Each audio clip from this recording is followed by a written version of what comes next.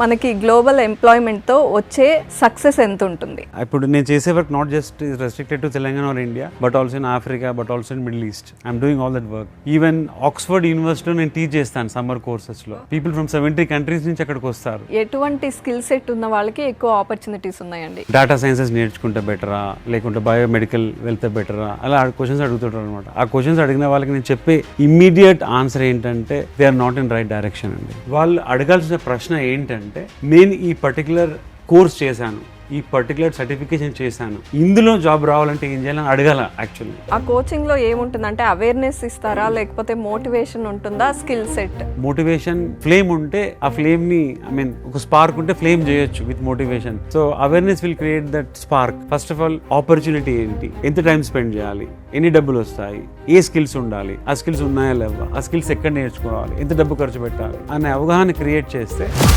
అసలు ఫస్ట్ మన టైం ని అక్కడ ఇన్వెస్ట్ చేయాలి. ఫర్ ఎగ్జాంపుల్ మనం పని చేసాము, ఒక మంత్ సాలరీ ఇవ్వలేదు, పర్లేదు, అది it's not end of the world. మనము డబ్బులు కట్టాలంటే ఆలోచించాలి. ఈ జాబ్ ఇస్తాము, మేము సెక్యూరిటీ డిపాజిట్ అని, ట్రైనింగ్ అని చాలా స్మార్ట్ గా డబ్బులు తీసేసుకుంటారు అనమాట. అవి పే చేయకూడదు. అవి పే చేస్తున్నామంటే క్లాసెస్ అటెండ్ అయినప్పుడు లేదా వాళ్ళతో మాట్లాడినప్పుడు ఏం ల్యాక్ అవుతున్నారు స్టూడెంట్స్ అనిపించింది మీకు? ఆన్సర్ కష్టం చెప్పడం. ఈ ఆన్సర్ చెప్తే కొంతమందికి నచ్చకపోవచ్చు, అదే చెప్పాలనుకుంటున్నా. బికాజ్ ఒక 100 దేశాల నుంచి పిల్లల్ని నాకు రెగ్యులర్గా చూస్తున్నాను కదా. క్లారిటీ లేకపోవడం వల్ల. నమస్తే, వెల్కమ్ టు సుమన్ టీవీ. ఇప్పుడున్న జనరేషన్ చదువుకోవడానికి అబ్రాడ్ వెళ్తున్నారు లేదా ఇక్కడ వర్క్ చేస్తున్నారు. యంగర్ జనరేషన్లో సెకండ్ సోర్స్ ఆఫ్ ఇన్కమ్ చాలా ఇంపార్టెంట్గా అయిపోయిందండి.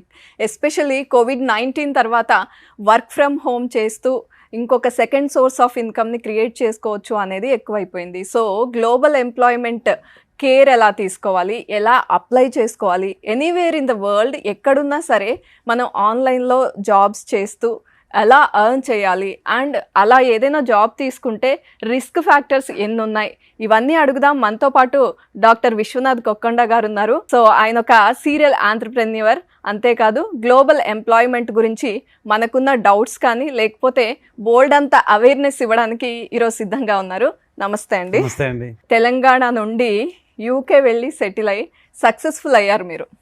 సో స్పెషల్గా ఈ గ్లోబల్ ఎంప్లాయ్మెంట్ మీదే ఎందుకు ఇంత ఫోకస్డ్గా అందరికీ అవేర్నెస్ ఇవ్వాలనుకుంటున్నారు? మనకి గ్లోబల్ ఎంప్లాయ్మెంట్తో వచ్చే సక్సెస్ ఎంత ఉంటుంది? తెలంగాణలో ఒక టౌన్లో ఐ వాజ్ బోర్న్ అండి, వరంగల్లో. Okay.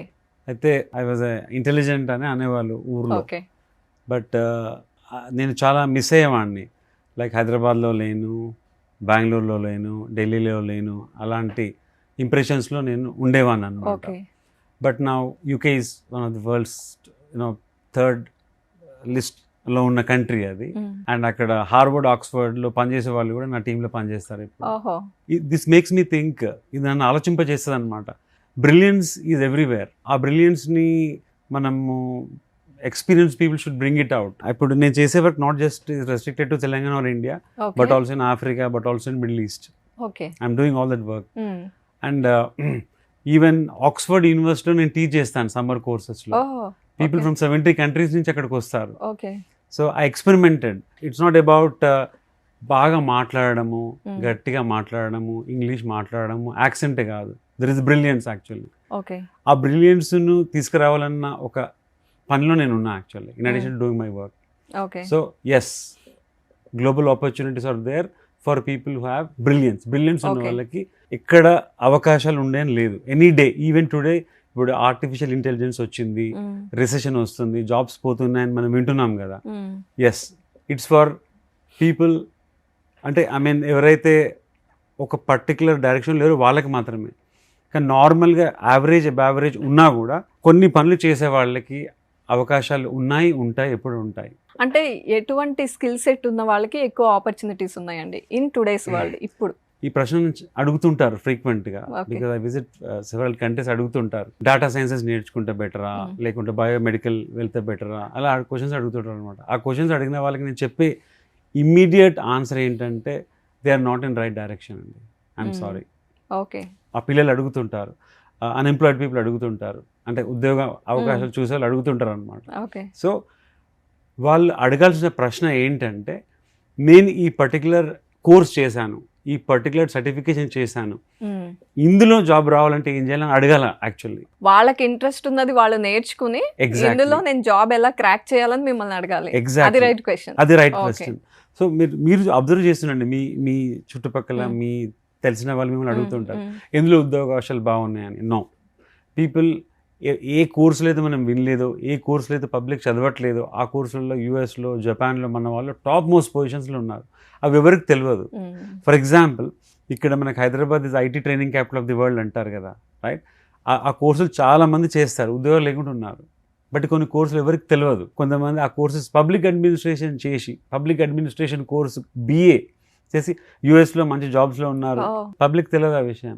Zoology, botany, they are good courses but not popular. But there are top most scientist in the world from Telangana in US. Okay, generally US అనగానే మనం ఇంజనీర్స్ లేదా మెడికోస్ అనుకుంటాం. ఈ రెండే ప్రొఫెషనల్ కోర్సెస్. సో వీళ్ళకే ఎక్కువ ఆపర్చునిటీస్ ఉంటాయి అనే ఫీలింగ్ ఉంటుంది. ఎగ్జాక్ట్లీ. ఏ కోర్సులో ఉద్యోగ అవకాశాలన్నీ కరెక్ట్ కాదు. ఓకే, నేను ఏ కోర్స్ చేసినా ఉద్యోగ అవకాశాలు ఉంటా అన్న ఒక మెంటల్ ఫ్రేమ్ వీళ్ళు తెచ్చుకోవాల్సిన అవసరం ఉంది. అంటే సార్, మనం ఈరోజు యంగర్ జనరేషన్ కి జాబ్ ఆపర్చునిటీస్ గురించి మాట్లాడుతున్నాం కదా. సో ఇప్పుడు MS చేయడానికి వెళ్ళుంటారు చాలా మంది వేరే కంట్రీస్, UK ఆర్ US, ఎక్కడైనా. సో గ్లోబల్ ఎంప్లాయ్మెంట్ గురించి మాట్లాడుతున్నాం కాబట్టి వాళ్ళు పార్ట్ టైం జాబ్స్ కోసం ఫస్ట్ చూస్తారు.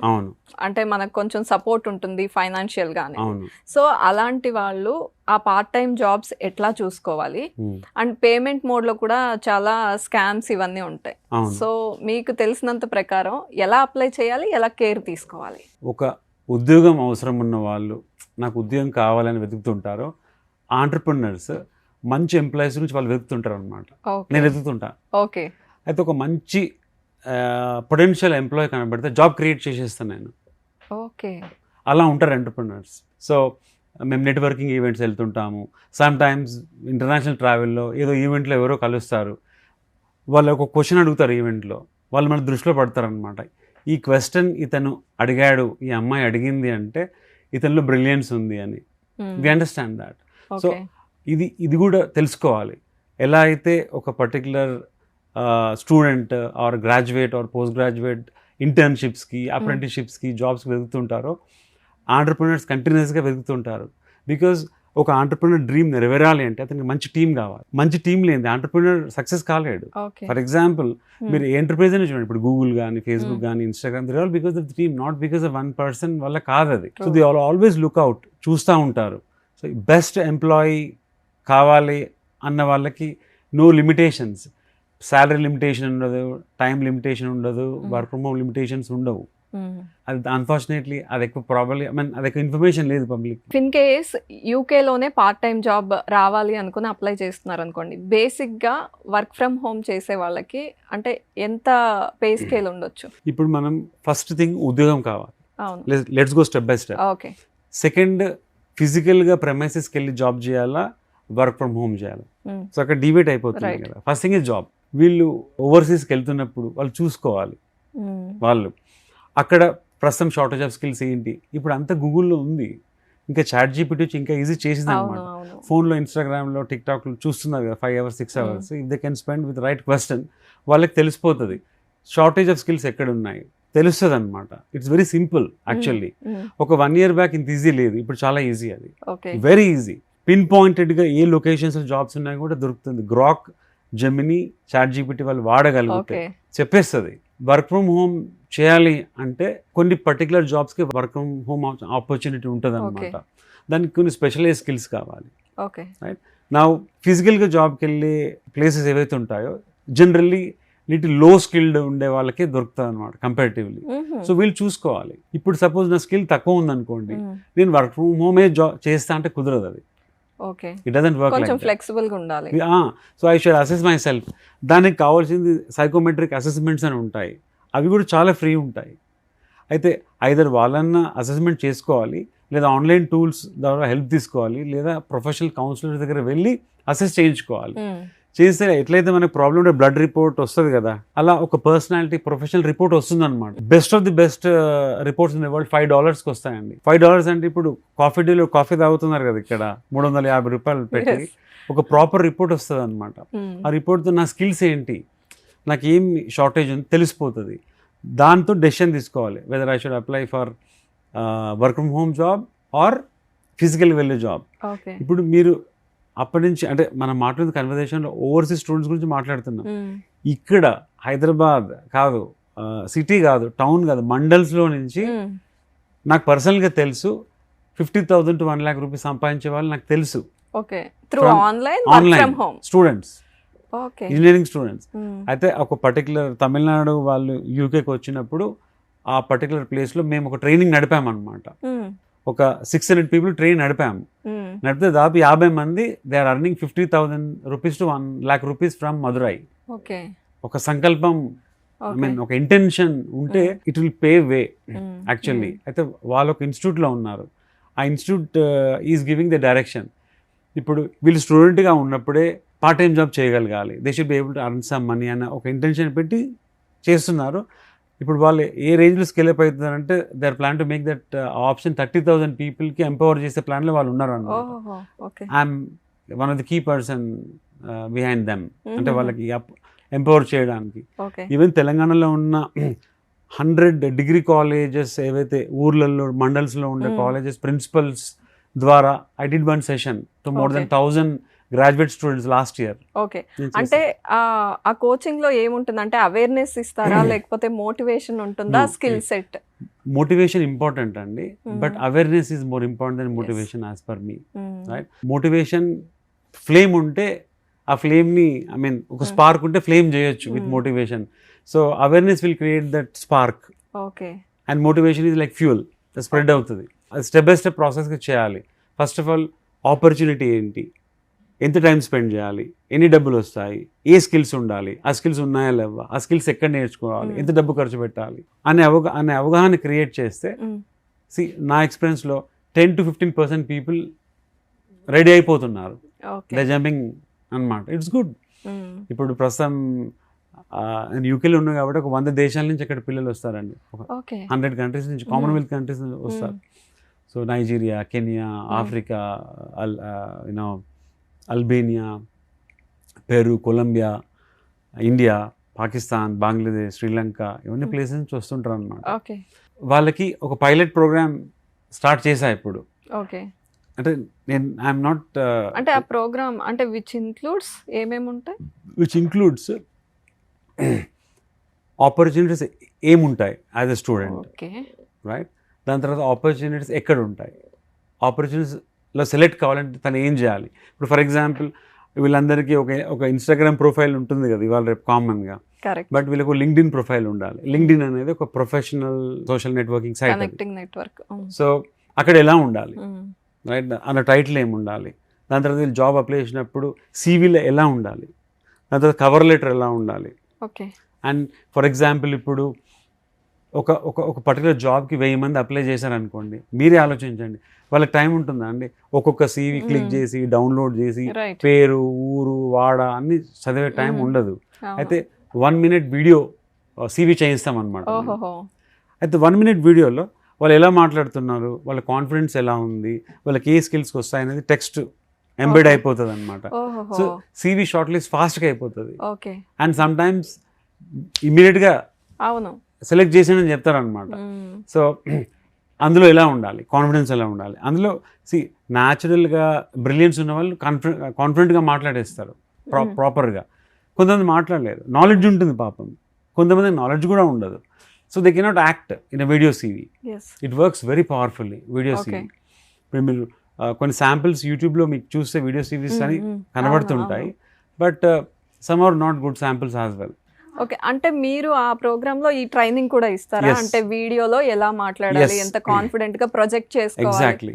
అంటే బేసికలీ కాన్ఫిడెంట్ గా ప్రొజెక్ట్ చేయడం అని మీరు అన్నారు కదా, మేము ఫస్ట్ వాళ్ళని ఒక డొమైన్లో we will actually make them perfect.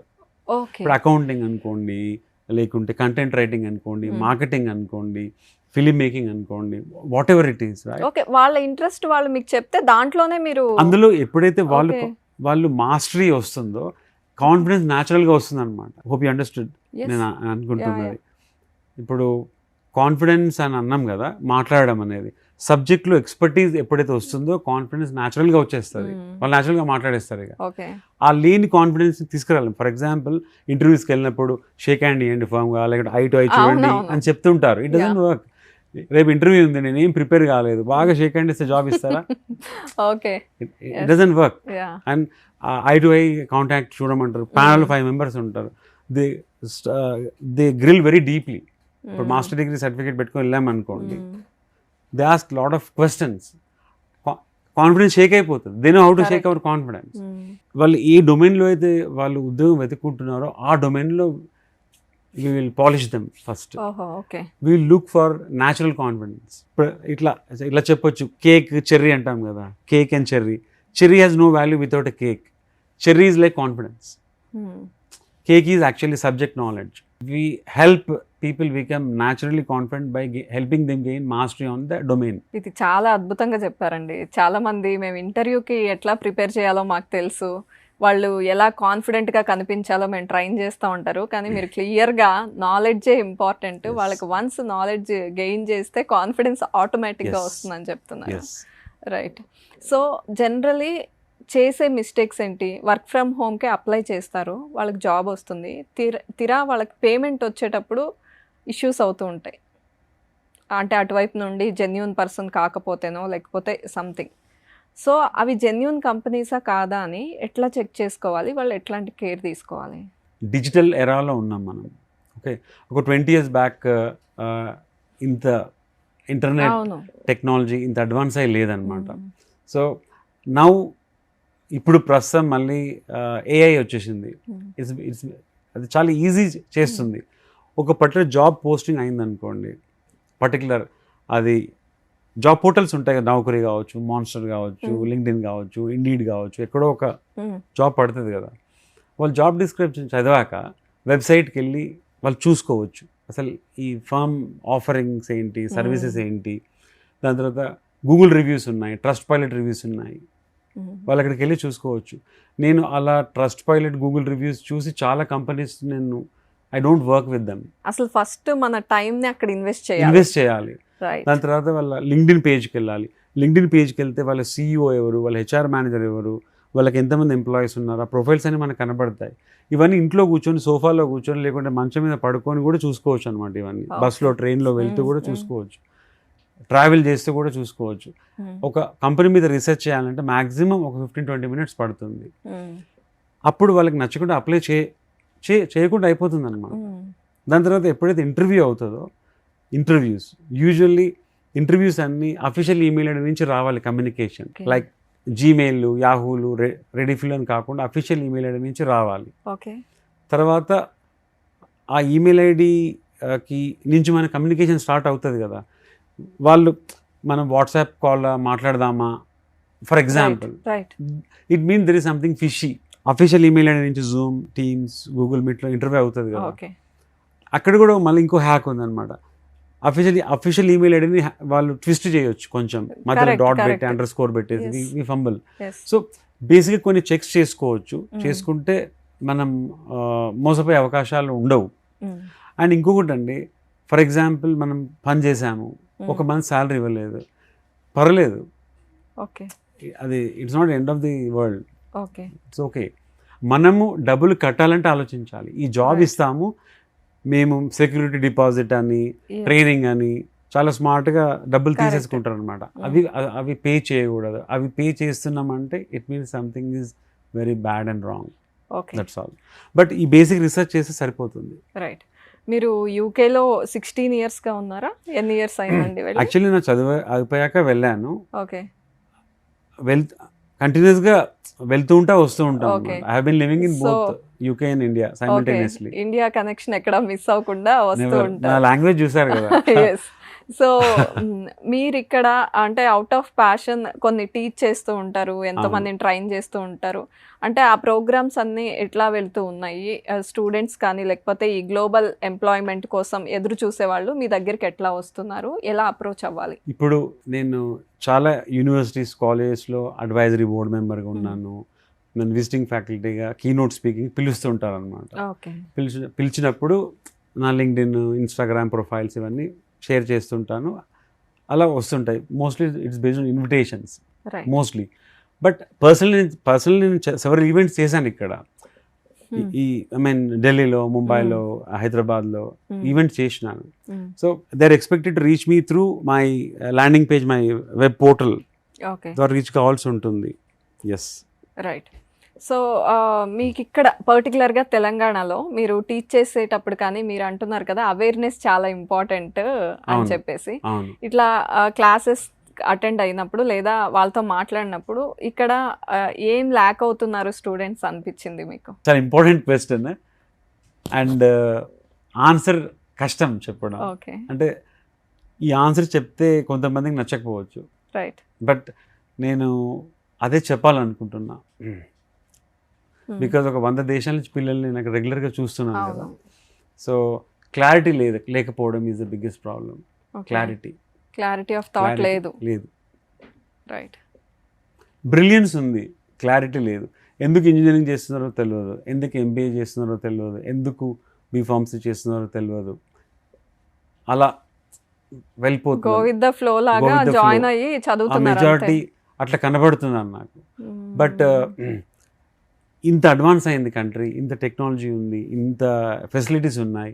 వాటిని క్లారిటీ లేకపోవడం వల్ల సరిగా వాడుకోలేకపోతున్నారు. బట్ ఆన్ ది కాంట్రరీ వేరే దేశాల నుంచి పిల్లల్ని చూస్తున్నాను నేను, like Brazil, Colombia, Peru, even African countries. చాలా ఫాస్ట్గా ప్రోగ్రెస్ అయిపోతున్నారు వాళ్ళు. ఓకే. మనకంటే ఈ ఇండియాలో ఉన్నదానికంటే బెటర్ ఇన్ఫ్రాస్ట్రక్చర్ లేకున్నా కూడా ఒక క్లారిటీ ఉంది అనమాట. ఆ క్లారిటీ వల్ల they are able to progress. So I answered your question. But clarity ఎందుకు లేదనేది మళ్ళీ ఇంకో పెద్ద క్వశ్చన్. ఓకే. అంటే ఎందుకు లేదు అంటే ఇండిపెండెంట్గా వాళ్ళు డెసిషన్ తీసుకుని చదవకపోవడమా, లేకపోతే ఏంటి అంటే లైక్ పేరెంట్స్ చెప్పిన చాయిస్ వాళ్ళు పిక్ చేసుకోవడమా? ఎందుకు క్లారిటీ మిస్ అవుతోంది? ఇది చాలా డీప్ క్వశ్చన్ మీరు అడిగిన క్వశ్చన్. క్లారిటీ ఎందుకు లేదు అని వెరీ డీప్ క్వశ్చన్. ఇప్పుడు యాజ్ అన్ ఇండివిజువల్ మనందరము ఒక 4-5 years కాన్షియస్ అయిపోతాం, రైట్? ఒక ఫ్యామిలీ ఎన్విరాన్మెంట్లో ఉంటాం. ఫ్యామిలీ ఇస్ ఇన్ నేబర్హుడ్ ఒక ఊరు, ఒక స్టేట్, ఒక కంట్రీలో. మన వరల్డ్ ఈజ్ మన ఫ్రెండ్స్, మన ఫాదర్, మదర్, మన రిలేటివ్స్. ఆ ఎకోసిస్టంలో ఆ బబుల్లో ఉన్నాం.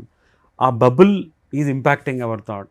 ఇవాళ నేను ఇలా ఉన్నా అంటే ఏదో ఒక ట్రైనింగ్ కోర్స్ వల్ల ఇలా లేను, మీరు అలా ఉన్నారంటే ఒక పర్టికులర్ బుక్ చదవడం వల్ల లేదు. చాలా విషయాల వల్ల అందరం ఇలా ఉన్నాం. సో ఆ క్లారిటీ లేకపోవడానికి ఈ ఎకోసిస్టంలో ఉన్న ప్రతి ఒక్కటి కారణమే. Okay. Right. I'm sorry, teachers కారణమే, స్కూల్ మేనేజ్మెంట్స్, కాలేజ్ మేనేజ్మెంట్స్ కారణమే, పేరెంట్స్ కారణమే, హోల్ ఎకోసిస్టమ్ ఇస్ రీజన్. అయితే నేను ఇక్కడ అందరినీ తప్పుపడుతున్నా అంటే నేను రైట్ అని చెప్పట్లేదు, నేను కూడా కారణమే. I'm also part of ecosystem unfortunately. అయితే ఈ క్లారిటీ రావాలంటే ఎక్కడి నుంచి రావాలండి? టాప్ డౌన్ ఒక పర్టికులర్ ఆర్గనైజేషన్ స్ట్రక్చర్లో టాప్ నుంచి బాటమ్కి వస్తుంది అనమాట. Everything in this hierarchy. Okay. ఆ ఇంటెంట్ ఎడ్యుకేషన్ మినిస్ట్రీ ఉంది. For example, education ministry should make things easy. Okay. దాని తర్వాత ఇంకోటి చూడండి, ఇది ఇంపార్టెంట్ ప్రశ్న, ఇది కూడా నచ్చకపోవచ్చు. ఎవరన్నా అడగండి, మీరు ఏమవుతారంటే ఎవరన్నా మీకు తెలుసా, కనబడ్డారా నేను టీచర్ అవుతా, లెక్చరర్ అవుతా అని చెప్పిన వాళ్ళు? అస్సలు లేదు. నా లైఫ్లో నాకు కనబడలేదు.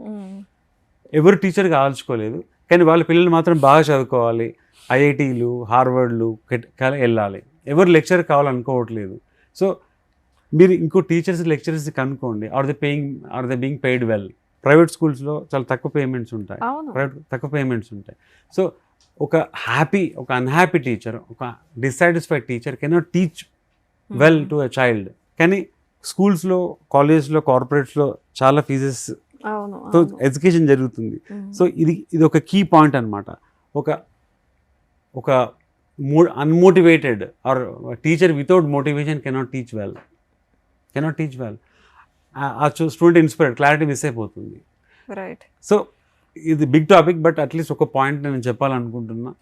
సో ఐ టోల్డ్ కదా, కొన్ని విషయాలు కొన్ని నచ్చవు, కానీ కొన్ని విషయాలు కొన్నిసార్లు ఫ్రాంక్గా మాట్లాడాలి. ఎందుకంటే silence of few people will destroy a generation. So no problem, let me speak on the channel అని మాట్లాడేస్తున్నా. రైట్. సో అక్కడ నుండే ఒక చేంజ్ రావాలి. ఎస్. ఓకే. వాళ్ళ పేమెంట్స్ విషయంలో కానీ వీటిలో. రైట్. సో చాలామంది వర్క్ ఫ్రమ్ హోమ్ చేసేవాళ్ళు ఇలా యంగర్ జనరేషన్ కాకుండా చదువుకుని ఇంట్లో ఉండిపోయిన హౌస్ వైఫ్స్ కాడి నుంచి అందరూ ఏదో ఒక వర్క్ చేద్దామని ఒక థాట్ అయితే స్టార్ట్ అయింది. ఒక 5-6 ఇయర్స్ నుండి ఇది ఎక్కువైంది యాక్చువల్గా. సో మనం ఈరోజు ఫోకస్డ్గా యంగర్ జనరేషన్ గురించి మాట్లాడుతున్నాం, కానీ ఓవరాల్గా అన్ని ఏజ్ గ్రూప్స్ కన్సిడర్ చేసుకుంటే వీళ్ళందరికీ గ్లోబల్ ఎంప్లాయ్మెంట్లో ఛాన్స్ ఉంటుందా? 100%. దీన్ని గిగ్ ఎకానమీ అంటాం. ఇండియా ఇంటర్నెట్ ఉంటే చాలు, దట్స్ ఇట్. ఒక ల్యాప్టాప్ ఉంటే చాలు. ఎంప్లాయ్మెంట్ ఆపర్చునిటీస్ ఎక్కడి నుంచన్నా వాళ్ళ నుంచి తీసుకొని మనం పని చేయొచ్చు. ఓకే. ఇప్పుడు మీరు ఫర్ ఎగ్జాంపుల్ కామర్స్ చూసుకోండి. మారుమూల గ్రామాల్లో తయారయ్యే చిన్న చిన్న వస్తువులు కూడా ఏదో ఎన్నో దేశాలు అమ్మగలుగుతున్నారు అనమాట. కామర్స్ ఈజ్ ద ప్లాట్ఫామ్, అది ఫెసిలిటేట్ చేయగలిగింది. ఇప్పుడు ఎంప్లాయ్మెంట్ కూడా అంతే. కొన్ని బేసిక్ స్కిల్స్ ఉన్నాయి, ప్రతి బిజినెస్లో అవసరమయ్యే స్కిల్స్ కొన్ని ఉన్నాయి. ఏంటవి? ఫర్ ఎగ్జాంపుల్ ఒక వెబ్సైట్ క్రియేట్ చేయడం, ఒక సోషల్ మీడియాలో ఫ్లయర్స్ క్రియేట్ చేయడం, ఒక వీడియో ఎడిట్ చేయడం, దాని తర్వాత కంటెంట్ రాయడం, ఒక search engine optimization for example. దాని తర్వాత మీరు ప్రతి బిజినెస్కి డేటా చాలా వస్తుంటుంది కదా, ఎక్సెల్ని వాడుకొని డాష్ బోర్డ్స్ తయారు చేయడం. ఇప్పుడు ఫర్ ఎగ్జాంపుల్ ఒక పర్టిక్యులర్ హోటల్ ఉందనుకోండి, ఆ CEO ఆ రోజు జరిగింది మొత్తం ఒక షీట్లో చూడదలుచుకున్నాడు. ఎక్సెల్ డాష్ బోర్డ్ అంటారు దాన్ని. డాష్ బోర్డ్ చేయడం ఒక 5 hours నేర్చుకోవచ్చు అన్నమాట. ఒక్కొక్క డాష్ బోర్డ్కి $500 పే చేస్తారు, అది తయారు చేసి ఇవ్వాలంతే. అవన్నీ ఒక ఏకాగ్రతతో కాన్సన్ట్రేషన్తో కూర్చొని నేర్చుకుంటే వచ్చేసి Fiverr, Upwork లాంటి ప్లాట్ఫామ్స్ ఉన్నాయి. Fiverr, Upwork లాంటి ప్లాట్ఫామ్స్లో వీళ్ళు ప్రొజెక్ట్ చేసుకుంటే అక్రాస్ వరల్డ్ నుంచి చూస్తుంటారు అనమాట. నేను అలా ఎంతోమందికి ఇస్తుంటా work. Okay. This is the normal track, it's possible. Generally ఇప్పుడు మీ గురించి తెలిసిన వాళ్ళు అంటే రకరకాల సోర్సెస్ నుండి మీరు చాలా మందికి తెలిసి ఉండొచ్చు. మీరు చాలా కాలేజెస్తో కొలాబరేట్ అయి ఉన్నారు, వెళ్తున్నారు, చాలా మందికి కొంత అవేర్నెస్ ఇస్తున్నారు.